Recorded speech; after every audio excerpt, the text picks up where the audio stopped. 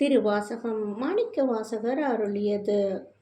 சிவபுராணம் அத்தியாயம் 3 திருவண்ட பகுதி. சித்தமும் செல்லாச்சேற்றியன் காண்க பக்தி வலையிற் படுவோன் காண்க. மனதுக்கு எட்டாததனால் அவன் தூரத்தில் இருப்பது போன்று காணப்படலாம். ஆனால் பக்தியின் மூலம் அவனை நாம் முற்றிலும் சொந்தமாக்கிக் கொள்ள முடியும் என்பது அறிக.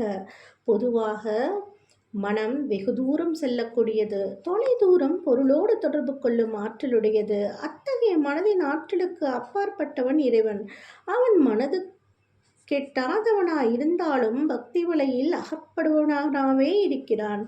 அவன் அன்பு கொண்டோரிடம் அண்டி நிற்கிறான். கடுமையான சாதனைகள் மூலம் அவனை அடைய முயற்சிப்பது தேவையில்லை என மாணிக்கவாசகர் இந்த வரிகள் மூலம் நமக்கு அறிவுறுத்துகிறார். ஓம் நம சிவாய. நன்றி.